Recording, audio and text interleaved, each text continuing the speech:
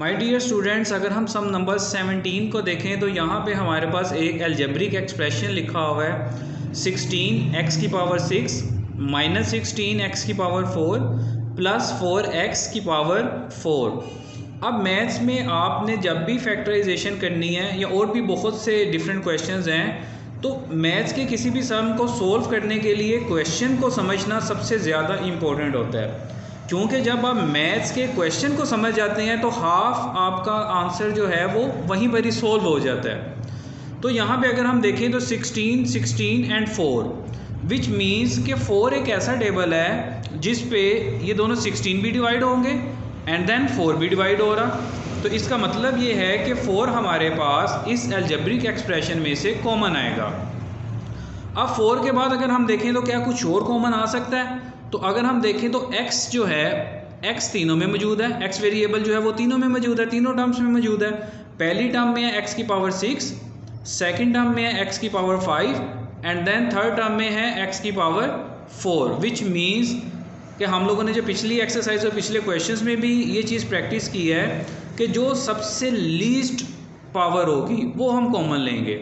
तो यहाँ पे हमारे पास 4 तो कॉमन आएगा और 4 के साथ क्या कॉमन आएगा? x की पावर 4, क्योंकि सबसे कम जो है पावर वो x की 4 है। तो सबसे पहले हम यहाँ पे क्या स्टेप लिख लेंगे?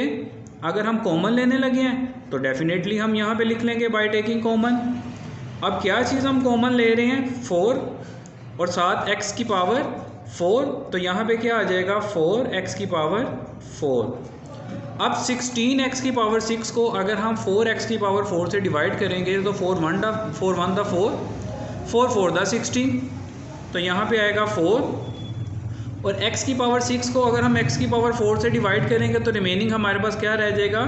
स्क्वायर। माइनस अगर 16 को 4 से डिवाइड करेंगे तो फिर दोबारा से क्या आ जाएगा? 4। और x की पावर 5 को अगर हम x की पावर 4 से डिवाइड करेंगे तो हमारा आंसर क्या आ जाएगा? सिंपल x प्लस 4x4 को अगर हम 4x4 से डिवाइड करें तो क्या आ जाएगा?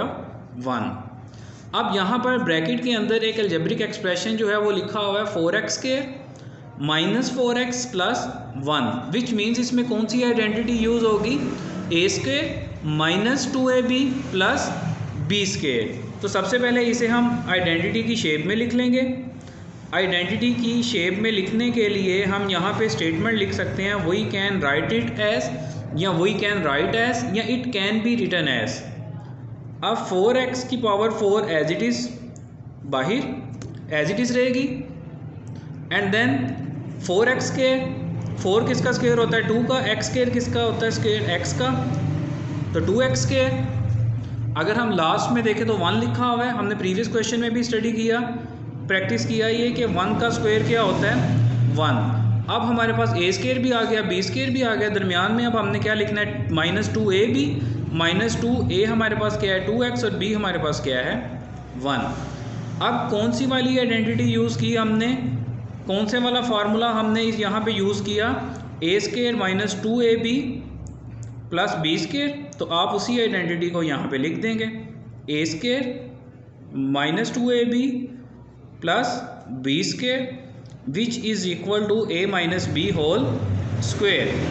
अब यहाँ पे हमने जो स्टेप किया होगा उस स्टेप को हम एज इट इज़ यहाँ पे दोबारा से लिखेंगे। 4x की power 4 2x² minus 2 into 2x y plus y²। अगर हम इस ब्रैकेट के अंदर इन वैल्यूज़ को देखें, इन टर्म्स को देखें, तो a² minus 2ab plus b², तो ये किसके इक्वल होती है? a minus B whole square के। तो जो चीज़ हमने कॉमन ली होगी वो एज इट इज़ स्टार्ट से लेके एंड तक एज इट इज़ साथ रहेगी। और आइडेंटिटी कौन सी बनी? a minus B whole square. a हमारे पास क्या है? 2x माइनस b हमारे पास क्या है? 1 स्क्वायर। तो हमारे पास यहाँ पे आंसर क्या आ गया? 4x की power 4 into 2x minus 1 whole square. So dear students, अगर हम इस एक्सरसाइज के लास्ट क्वेश्चन को देखें, सम नंबर 18 को, तो देखने में हमें ये क्वेश्चन काफ़ी टफ लग रहा है, लेकिन कोई भी चीज़ जब हमारी समझ में आ जाती है तो वो डेफिनेटली बहुत ईजी हो जाती है। अब हम इस क्वेश्चन की प्रैक्टिस करके देखते हैं। अब अगर हम देखें तो यहाँ पे माइनस 2ab की जगह पे या प्लस 2ab की जगह पे क्या लिखा हुआ है -2 a square b square c square d square x और y। अब यहाँ पे माइनस है, विच मीन्स के इस क्वेश्चन में कौन सी आइडेंटिटी यूज़ होगी, a minus B whole square. अब हम देखते हैं कि क्या इसमें से कुछ कॉमन आ सकता है, तो हम डीपली इसको देखेंगे तो कोई भी ऐसा वेरिएबल नहीं है, कोई भी ऐसा अल्फ़ाबेट नहीं है कि जो यहाँ पे कॉमन आ रहा हो। अब नेक्स्ट स्टेप हम क्या करेंगे, सिंपल इसको आइडेंटिटी की शेप में लिख लेंगे। आइडेंटिटी की शेप में लिखने के लिए हम यहाँ पे जो स्टेटमेंट लिखते हैं वही कैन राइट इट एज, कि हम इसे इस तरह से लिख सकते हैं।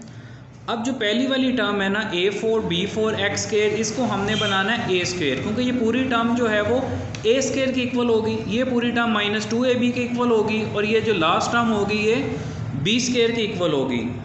अब a की पावर 4, a स्क्वायर का स्क्वायर क्या होता है a4, b स्क्वायर का स्क्वायर क्या होता है b4, और x का स्क्वायर क्या होता है सिंपल x स्क्वायर। इसके ऊपर हम क्या लिख लेंगे स्क्वायर। इसको जब हम ओपन करेंगे तो डेफिनेटली यही वैल्यू आ जाएगी, यही टर्म आ जाएगी हमारे पास। अब अगर लास्ट में हम देखें तो c4 किसका स्क्वायर है c स्क्वायर का, d4 किसका स्क्वायर है d स्क्वायर का, y स्क्वायर किसका स्क्वायर है y स्क्वायर का, c square d square y and whole square. अगर हम इसको ओपन करेंगे तो डेफिनेटली हमारे पास यही टर्म आ जाएगी। एंड देन दरमियान में -2। अब यहाँ पे a b लिखना है, a जो होगा वो पहली ब्रैकेट के अंदर वाला और b जो होगा लास्ट वाली ब्रैकेट के अंदर वाला, विच मीन्स के यहाँ पे क्या आ जाएगा a square b square x into c square d square y। अब हमने कौन सी आइडेंटिटी इस क्वेश्चन में यूज़ की है, माइनस वाली आइडेंटिटी यूज़ की है, तो डेफिनेटली यहाँ पे हम आइडेंटिटी लिख लेंगे बाय यूजिंग आइडेंटिटी या बाय यूजिंग फार्मूला। अब कौन सा फार्मूला या कौन सी आइडेंटिटी हमने यूज़ किया है, a square -2ab plus b square which is equal to a minus B whole square. तो यही वाला स्टेप जो हमने फार्मूले को इस a square -2ab plus b square की शेप में लिखा हुआ है, इसको हम एज इट इज़ यहाँ पे लिखेंगे a square b square x whole square -2 a square b square x into c square d square y plus c square d square y whole का स्क्वायर। अब ये a square -2ab plus b square, अब ये किसके equal होता है a minus B whole square के, तो a हमारे पास क्या है a square b square x minus b हमारे पास क्या है c square d square y whole का स्क्वायर। इस पूरी एक्सरसाइज में जो 2 से 3 पॉइंट्स जो आप लोगों ने याद रखने हैं वो ये हैं कि सबसे पहले आपने ये चीज़ प्रैक्टिस करनी है, जो भी अलजेब्रिक एक्सप्रेशन लिखा होगा आपने उसमें से देखना है। मैं दोबारा से इस एक्सरसाइज को समराइज़ कर रहा हूँ कि जो सबसे पहला स्टेप होगा वो आपने क्वेश्चन को देखना है, और क्वेश्चन को देखने के बाद आपने साइंस को देखना है। पहली वैल्यू आपकी हमेशा a स्क्वायर बनेगी, लास्ट वाली वैल्यू आपकी b स्क्वायर बनेगी, दरमियान वाली वैल्यू जो है वो आपकी +2ab या -2ab बनेगी। अगर तो यहाँ पे प्लस लिखा होगा तो a square plus 2ab plus b square वाली आइडेंटिटी यूज़ होगी, और अगर यहाँ पे माइनस लिखा होगा तो a square -2ab plus b square वाली आइडेंटिटी यूज़ होगी।